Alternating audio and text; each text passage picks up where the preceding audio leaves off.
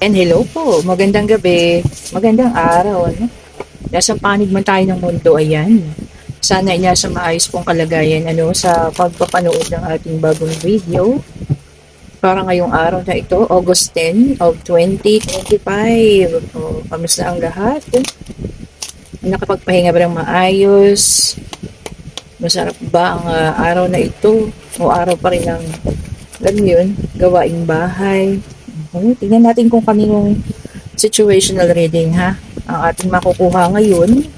Uulitin ko po ha, maaaring magka-resonate kayo, maaaring hindi. Kung hindi po para sa inyo, wag na pong ipilit. Kasi may mga nagko-comment, wala yan, hindi naman totoo yan. Wala namang ganyang numero, mga alam niyo yun, maaring sa iba po ay meron. Maaring dun, kasi pinipilit niyo na para sa inyo. Kagaya kahapon, ano, yung reading na hihingi ng tawad, o pinipilit mo na para sa iyo tapos wala kang makuhang, alam mo yun, letra, o hindi rin siya matangkad, tapos sasabihin mo, hula-hula lang. Dito sa general reading po ha, hindi po sinasabi ko naman, hindi lahat po makaka-resonate, no?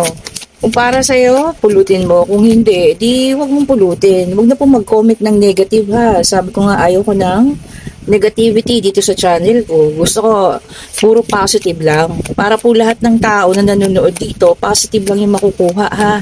Hindi kagaya ng mga negatibo. Okay po? Huwag niyo sabihin ako ano ha. Sabi nga nung yung nag-comment na isa sa akin straight to the point tayo magsalita. Okay?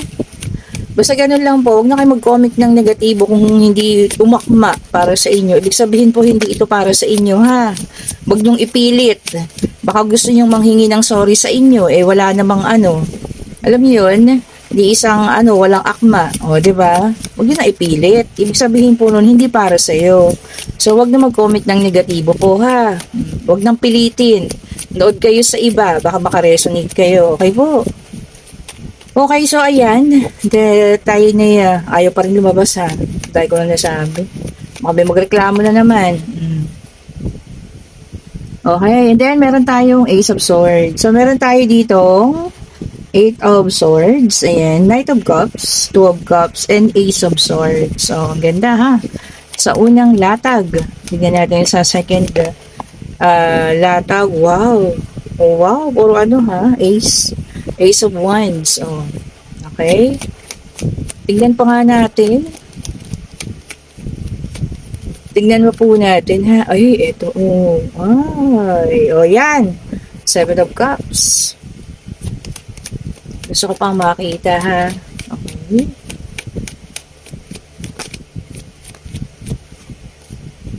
And, the Hangman.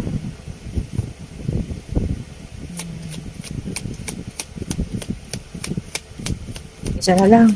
Isa na lang po para mabuo ang ating situational reading. Okay po, this is a reading po ha. Kung mag-aakma sa'yo, sa'yo. Kung hindi, huwag ipilit. Ulit-ulitin natin. Ganda. Oh, yan. So, may nakita tayo dito ha, Two of Cups. Ibig sabihin po kayo ay nagkarelasyon sa taong ito. Ayan, ano. Ito. Sa The Hangman. Ayan, nagkarelasyon kayo dito sa taong ito. Pero eventually, umalis siya, no.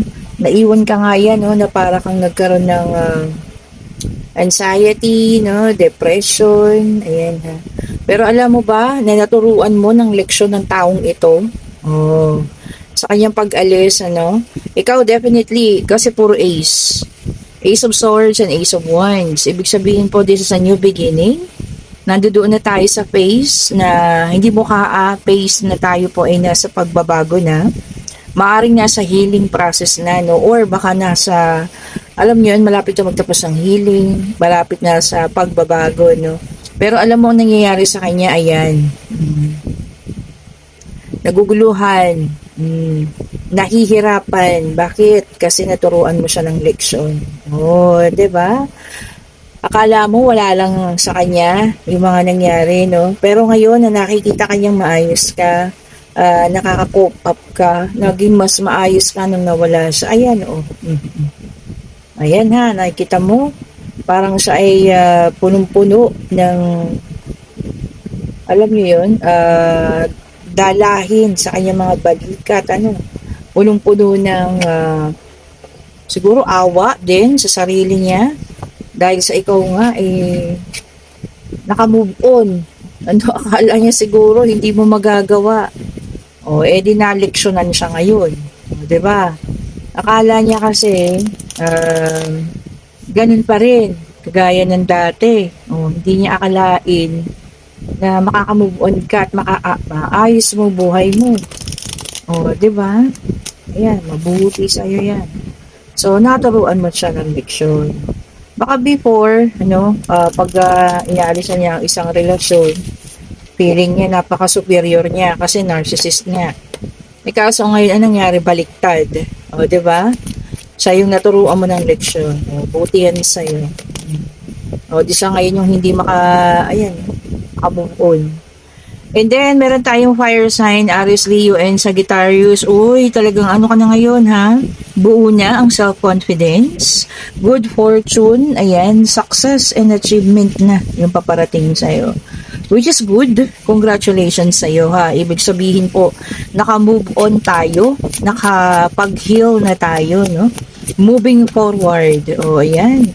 Ngayon, talagang, alam mo yun, nakita mo na hindi siya yung taong para sa'yo at hindi rin siya yung taong, alam mo yun, makakadulot sa'yo ng mabuti. Kaya siya inalis sa'yo ni Lord. O, diba? O, siya ngayon, ayan, lugmok. O, diba? Buti sa'yo yan. Buti sa'yo yan. And then, meron tayong 9 of Wands. Ayan, fire sign ulit. Wow. Sabi niya rito, yung tapang mo, yung faith mo, ayan, yun talaga yung nakapagbangon sa'yo, no? Para ma-achieve mo ito lahat ngayon. So, yung tapang ng loob, yung faith, pananalig sa Diyos, Tapos talagang, alam mo yan, kahit na hirap ka noon sa pagbangon, or kung ngayon mo ito nararanasan mo, no? Kahit hirap na hirap ka sa pagbangon ngayon, matatapos ka pa rin po dito, ha? Surprisingly, 2 of Cups. Ayan, ha. Kasi talagang, alam mo yun, mutual yung attraction ninyo, eh. O, ayan. Parehas naman. Parehas kayo nagmahal, ha. Yung isa nga lang, hindi nagpahalaga. O, diba? Ngayon, sabi niya rito, 2 of Cups, not necessarily na kayo ay maaaring magkatuluyan pa or may second chances. Pero, maaaring, alam mo yun, magparamdam ulit ang taong ito sa'yo. Oh, paramdam ka ngayon, magparamdam ka, multo, di ba? Siya ang inyong multo. Pero I doubt, may doubt ako dito kung tatanggapin niyo pa or hindi, kasi nga, totally healed na. At maganda na ang tinatakbo ng buhay mo ngayon, eh. Kumbaga nakayanan na at makakayanan pa, no? So, ayan, naturuan mo siya ng leksyon. Buti nga sa'yo. O, diba? And then, the Chariot, water sign. So, 2 water, 2 fire. Okay po. Nako, sabi niya rito, determination. Yan pa ang isa nagtulak sa'yo, para mabago yung sarili mo, para talagang, alam mo yun, mag-move forward. Sobrang determinado daw po. Siya, wala. O, diba? Siya yung, ayun ang mahirap, Ikaw yung umalis, pero ikaw pa rin yung hindi naka-move on. O, nakuha niyo ako doon. Siya pa rin yung nandoon sa nakaraan. O, diba? Hindi siya makaalis-alis sa nakaraan. Bakit? Kasi alam niyang siya yung may kasalanan. Uy! Ngayon mo lang na-realize. O, diba? Nanggigigil tayo. King of Pentacles, Earth sign. Ito para sa iba naman. Taurus, Virgo, and Capricorn. Ayan.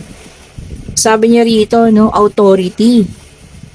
Saka generosity, pagbibigay. O, ayan, ha. So, naman itong taong ito, na siya, sabi nating strict, kasi ma-authority, eh. Pero generous naman daw, or mapagbigay. Oh, ayan, ha. So, siguro, kaya siya stricto, kasi naman, di ba, kung ikaw yung nakababata, gusto niya mapabuti ka. Pero mapagbigay naman daw po ang taong ito. Oh, di ba, Ang ganda, ha. Tignan pa natin kung ano pang ibibigay ng ating deck of cards. Ayan. Nakalimutan ko palang sabihin sa inyo, kagabi is full moon. Kaya lang hindi naman masyadong kita, no? Kung may mga nakapag-charge ng inyong mga bracelet. Kung wala, padaanan na lang sa running water po ha para ma-cleanse. O, ayan ha. Lahat ng mga nakabili. Lahat po nakabili ng crystal bracelet sa akin. Ano? Babad nyo muna. Tubig na may asin. Mabilisan lang. Lubog nyo. Tapos paraanin po sa running water. Yun na. Para ma-cleanse. Tapos pwede rin paarawan, charge nyo din sa araw. Pwede rin po ha, kung hindi kayo nakapag-charge sa buwan, pwede po sa araw. And then meron tayong the strength na naka-reverse, fire sign. Oh. Sabi niya ay, naku, may mababang enerhiya, low energy. Bakit? Baka pagod pa this past na weekend. Ano? Naku, tamad pumasok po guys.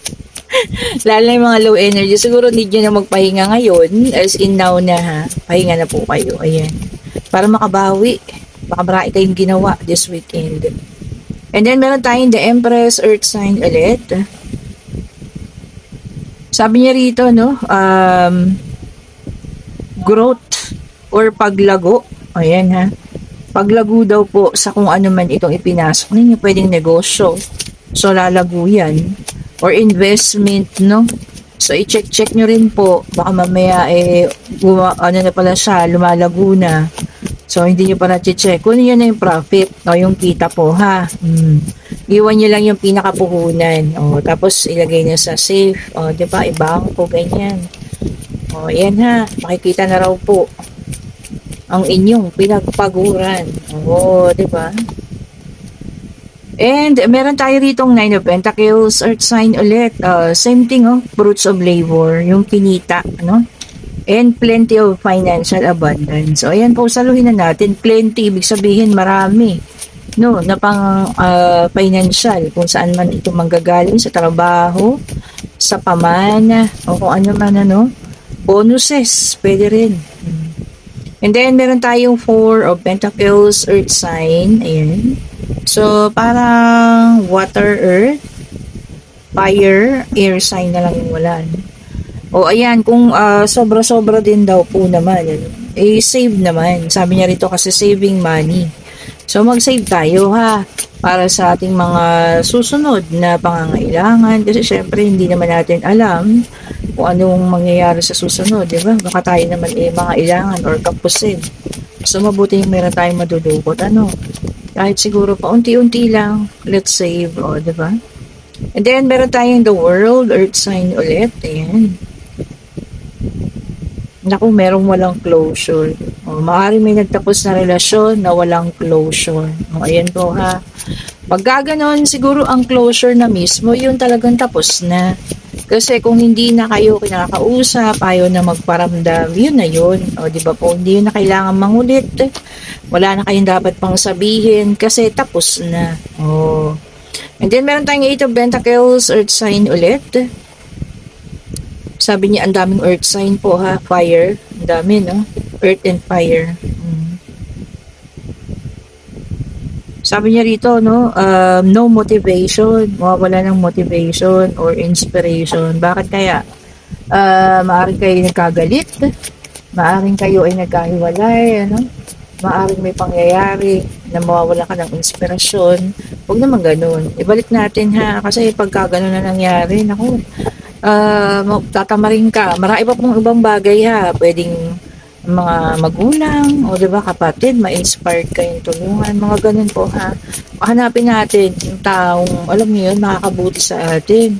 Hindi po yung mga taong tayo iiwanan, ano? Tapos yun nga, mawawalan tayo ng gana sa mga bagay-bagay. Ayan ha. Tignan pa nga natin. Ayun. Okay, so dito naman, Queen of Pentacles. Ayan. Earth sign ulit. Ayan. Sabi niya rito, no, securing finances. O, ayan. Same thing sa ano ha, saving. Ito naman, sinisecure niya yung mga, alam niyo yan, finances niya sa ngayon. So, lumabas naman, ano, lahat ng ating sign, zodiac sign. So, ayun nga, sa tingin niya naman, sobra ngayon ang kaperahan. So, ayun nga, no, secure finances daw. So, ayun, pinagsabihan tayo ng barahan, no, na mag-secure, huwag masyadong magasta, ayan, ano. Um, siguro huwag na tayong bumili ng mga hindi kailangan. Yung mga basic needs lang natin. Yung mga necessity, isang tabi muna. Oo, di ba? Tama naman. Especially, paparating na naman daw ang bagyo. O, ayan na, mag-ingat po pala ang lahat. Okay, so lumabas ang number 5. Ayan ha. At meron pang isang tumalon dito. Ayun, nakikita ko. Wait lang po ha. Kukunin ko lang. So, itong ano naman, the Hierophant. Okay, so itong isa is the Hierophant. Ang ano naman niya, sabi niya rito is, sabi niya, marriage. Ayan, ano. Kahit anong relihiyon, merong makapag-iisip magpakasala, no? O pwedeng kung ano man yung relihiyon ninyo. Ayun ha. At makakapag-isip kayo magpakasal, eh okay lang naman daw. So magiging maayos naman. Ano, kahit na ano pang relihiyon, kung anong social group ninyo, ayan ha, kung ano yung mga belief, no? Or paniniwala.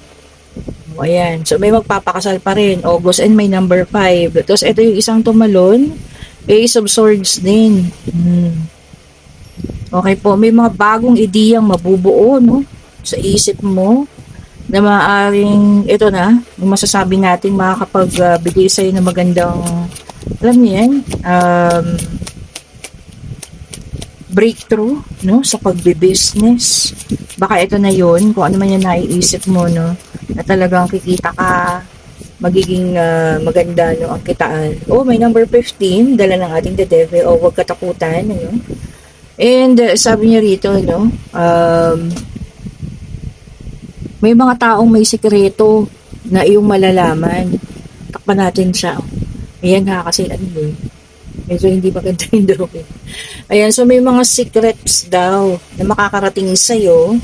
And ang mga sikretong ito ay sikreto ng, alam mo yan, ibang tao. Eh, pagka ganyan po, huwag na tayo makialam ha. Alam niyo yan, baka ibinalita sa inyo, chika-chika, o chismis-chismis. Kaya ano po natin ha. Then, meron tayo dito, Six of Swords, ayan. Oh, moving forward. Tapos yung mga bagay daw po, no, kumakalma na, no? Kung dati sobrang nararamdaman natin ng hirap, sakit, ganyan. Ngayon pakalmado na raw. Ayan. Ibig sabihin, umaayos na ang mga bagay-bagay po, ha? Kumakalma na kung ano man ito, no? Po pwedeng relasyon na medyo nagkakaroon ng problema, pwedeng sa bahay din, ano, nagkakaroon kayo ng konting away-away, o ayun. So, ibig sabihin po, kumakalma na, umaayos-ayos na. O, diba? Siguro pinagpe-pray nyo yan, at ito na nga, binibigay na ng ating universe, ano, ang dami nun, balik natin ha. Okay po, tignan natin. Ito ay sobrang dulas naman itong card na to. Oh, may number 9. Oh, 5, 15, 9. And this is the Hermit. Ayan ha.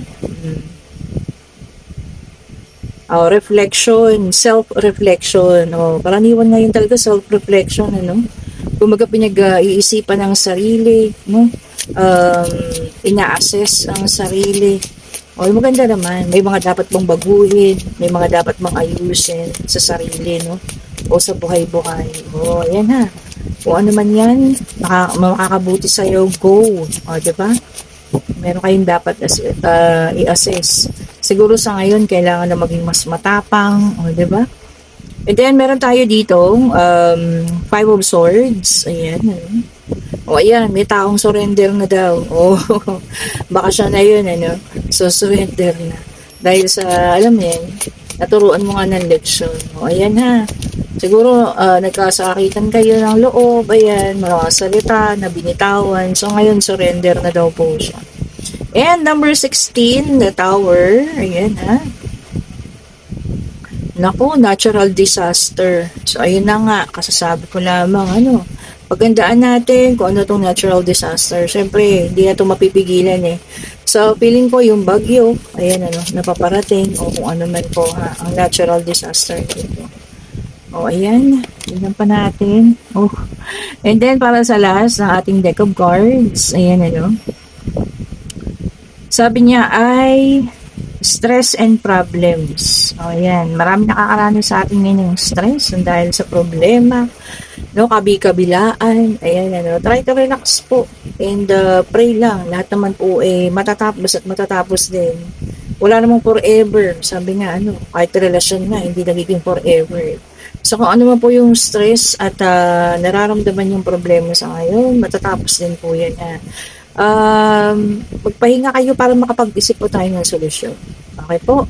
And ayan ang ating mga numero 5, 15, 9, and 16. So, generous ngayon, ano, 4. And kung kayo yun nasa situational reading, okay po, na ayan, tinuruan nyo ng leksyon ng taong ito, ay alam niyo yan, maaaring magparamdam sa inyo, ano po. Sabi ko nga, pakiramdam ko, hindi na gano'n, ano, yung magiging, parang hindi na kagaya ng dati, yung magiging trato niyo sa kanya. Diba? Kasi, iba sa inyo, totally healed na eh. Ano. Pero kayo pa rin po, magpapasya. Okay po. And, kung ano man ang inyong katanungan ha, pwede pong financial, pwedeng pag-ibig, pangyayari, kung ano man, and itanong nyo na, no? Answerable by yes or no. And Divine Universe, ibigay mo po sa amin ang kasagutan, ano? Sa kanilang katanungan. Now, nako, isa lang ha, ayun na. And, nakita nyo naman, bumalik-baliktad pa. Sa ngayon po ay no, ayan ha, no pa po ang sagot sa kung ano man ang inyong itinanong because this is a 3 of swords. And sabi niya rito, no, may mga nakakaranas ngayon ng kalungkutan. Nalulungkot sa paghiwalay, separation, heartache, no, kalungkutan sa pagkabigo sa pag-ibig o kung ano man po ito, no. Lahat naman, ano, siguro nakadanas ng ganyan. And sabi ko nga, lilipas at lilipas din naman po. Masakit sa ngayon, pero kung inyong, alam niyan, patatawarin ng inyong sarili at tatawarin niya rin yung taong nakasakit sa kanya. Pasa saan ba't lilipas at lilipas din po yan. Okay po? And sa lahat ng nakakagusto ng ating reading, pa-like, pa-share, pa-subscribe, and hit the notification bell po para lagi kayong updated sa mga bagong videos na nire-release natin. And kung gusto niyo ng ating mga merchandise, so ayan po ha, Evil Eye set, ring, necklace, and bracelet. Ayan, mag-chat na kayo, may stock na tayo ngayon. Okay po. And syempre ang ating mga powerful bracelet. O, ayan ha. Ayan po, pag-click na kayo ng link dyan, syempre ang ating perfume, ayan, may manifestation na rin ang ating perfume, basahin nyo dyan sa aking blue up ba yan? Okay po, basta basahin nyo dun sa FB page. Okay po, thank you so much for watching, have a great night, have a great evening po ha, happy Sunday, stay safe po sa lahat, bye bye po.